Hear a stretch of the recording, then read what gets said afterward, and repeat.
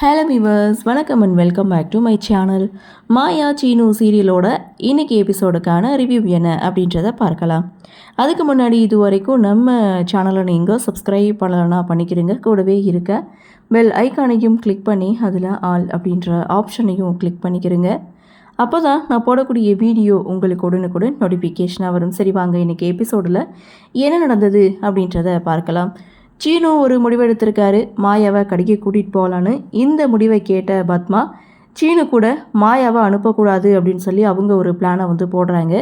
சீனு கிட்டே ஏற்கனவே சொல்கிறாங்க, மாயாவை நீ கூட்டிகிட்டு போக வேணாம் அப்படின்னு சொல்லும்போது அவள் பணம் கொடுத்துருக்கா, ஒன் ஆஃப் த பார்ட்னர், அதனால் பார்ட்னரை கடைக்கு கூட்டிகிட்டு போகிறதான ரூலு, அதனால நான் அவளை கூட்டிகிட்டு போகிறேன்னு சீனுவும் சொல்ல, சரி போகிறதுக்கு முன்னாடி தண்ணி குடிச்சிட்டு போகணும். பத்மா தண்ணி எடுத்துகிட்டு கொடுக்குற மாதிரி கொடுத்து வலிக்கு கீழே விளையாடுறாங்க. அதை பார்த்த சீனு ரொம்ப பதறி போகிறாங்க.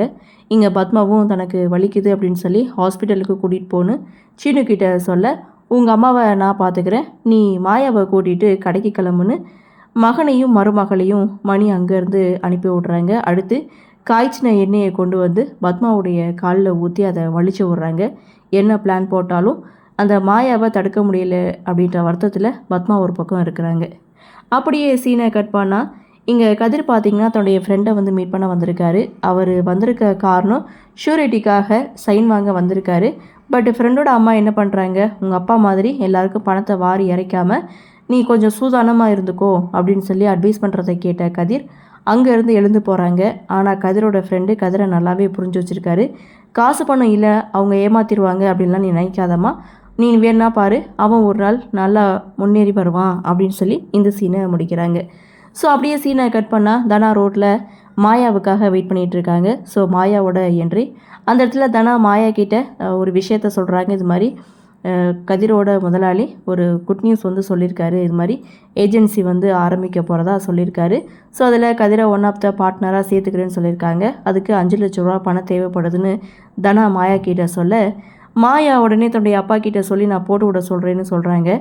கரெக்டாக அந்த சமயம் பார்த்து கதிரோட என்ட்ரி. ஆனால் கதிர் அதை வேணான்னு சொல்கிறாங்க. ஏன்னா நீ இப்போ யாருக்கும் தெரியாமல் கொடுத்து உதவுனாலும் எப்படியும் நீ தான் இந்த பணத்தை கொடுத்தானே வெளியில் தெரிஞ்சிடும், அப்புறம் உனக்கு தான் பிரச்சனை, சரி விடு நாங்கள் பார்த்துக்குறோம் அப்படின்னு சொல்லி மாயாவோட உதவியை இங்கே 2 பேரும் ஏற்க மறுக்கிறாங்க. அடுத்த சீன், தனா ரோட்டில் நடந்து போயிட்டுருக்காங்க. அப்போது கலெக்டர் என்ட்ரி கொடுக்குறாரு. தனாவை பார்த்ததுமே காரை நிறுத்தி காரை விட்டு கீழே இறங்கி தனா கிட்ட பேசுகிறாரு. என்னம்மா எப்படி இருக்க, பேட்மிண்டன் விளையாண்டு இந்த ஊருக்கே பெருமை சேர்த்துருக்க, ப்ராக்டிஸ்லாம் எப்படி போகுது, டோர்னமெண்ட்லாம் கலந்துக்கிறியா அப்படின்னு சொல்லி கலெக்டர் தனா கிட்டே விசாரிக்கும் போது, அப்போது தனா இல்லை சார், நான் கொஞ்சம் நல்லா ப்ராக்டிஸ் பண்ணலை அப்படின்ட்டும், குடும்பத்தில் சின்ன பிரச்சனை, நானும் என் ஹஸ்பண்டும் நாங்கள் வெளியில் வந்துட்டோம், இப்போ தனியாக தான் இருக்கோம், அதனால தன்னால் ப்ராக்டிஸ்க்கு போக முடியலன்னு தனா ஒரு பக்கம் சொல்ல, அதே சமயம் கதிரும் ஏஜென்சி ஆரம்பிக்க போகிறத பற்றி கலெக்டர்கிட்ட சொல்லும்போது, நான் வேணா உனக்கு ஹெல்ப் பண்ணட்டுமா, நான் ஸ்பான்சரை பிடிச்சி கொடுக்கட்டுமா அப்படின்னு சொல்லி தனா கிட்டே பேசுகிறாங்க. ஸோ கலெக்டர் தனா இவங்க 2 பேரும் பேசிகிட்டு இருக்கதை கார்த்தி பார்த்துட்ருக்காரு. அப்போது தனாவுக்கு ரொம்பவே சந்தோஷம். ஸோ நீங்கள் ஸ்பான்சரை பிடிச்சி கொடுங்க, நான் அதுக்கப்புறம் ப்ராக்டிஸ்லாம் நான் ஸ்டார்ட் பண்ணிடுறேன், ஸோ நான் டோர்னமெண்ட்லாம் கலந்துக்கிறேன் அப்படின்னு சொல்லிட்டு தனா அங்கேருந்து போகிறாங்க. சரிம்மா நான் பேசிவிட்டு உனக்கு கால் பண்ணுறேன் அப்படின்னு சொல்லிட்டு கலெக்டரும் அங்கேருந்து போகிறாங்க. இந்த விஷயத்த உடனே கார்த்தி என்ன பண்ணுறாங்க, தன்னுடைய அத்தைக்கிட்டேயும் அப்பா கிட்டேயும் சொல்கிறாங்க, நம்ம ஊரை விட்டு காலி பண்ணி போயிடலாம், ஸோ நம்மளை இந்த ஒரு நிலைமைக்கு கொண்டு வந்தவன் அங்கே ஏஜென்சி ஆரம்பிக்க போகிறான், ஸோ நம்ம அதெல்லாம் பார்த்துட்டு சும்மா தான் இருக்கணுமா அப்படின்னு சொல்லி கார்த்தி ஒரு பக்கம் கோவப்பட்டாலும் இதுவும் நல்லதுக்கு தான் அப்படின்னு சொல்லி அந்த ஸ்பான்சர் யார் என்ன அப்படின்றத நம்ம விசாரிக்கணும், நம்ம கைக்குள்ளே போட்டுக்கணும், அந்த தனா போட போகிற கையெழுத்து தான் அவன் தலையெழுத்தே மாற்ற போகுது அப்படின்னு சொல்லி இவங்க புதுசாக ஒரு பிளானை போடுறாங்க. அதே மாதிரி தனா பார்த்திங்கன்னா ஸ்பான்சரை மீட் பண்ணுறாங்க. கலெக்டர் சாரும் கூட தான் இருக்கார், ஆனால் அவர் முன்னாடி தான் அந்த டாக்குமெண்ட்டில் தனாவும் சைன் பண்ணுறாங்க. ஸோ அந்த டாக்குமெண்ட்டை படித்து பார்க்காமலே தனா அதில் சைன் பண்ணிட்டாங்க, நம்பிக்கை அப்படின்ற பேரில் சைன் பண்ணிட்டாங்க. இன்னொரு பக்கம் கேஸ் ஏஜென்சியோட சரவணவேல் அவர் பார்த்திங்கன்னா இன்விடேஷனோட ரகுராம் வீட்டுக்கு போயிருக்காங்க.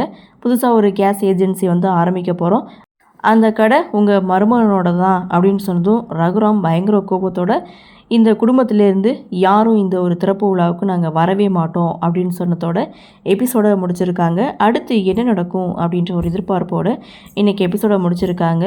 ஸோ படித்து பார்க்காம போட்ட கையெழுத்து தனாவோட கையெழுத்தை மாற்றுமா அப்படின்ற ஒரு எதிர்பார்ப்போடு இன்றைக்கி எபிசோட முடிச்சிருக்காங்க. சரி பார்க்கலாம் அடுத்தடுத்து என்ன மாதிரியான சுவாரஸ்யத்தோடு கதைக்கள நகர்வை கொண்டு வராங்க அப்படின்றத நாமளும் பொறுத்திருந்து பார்க்கலாம்.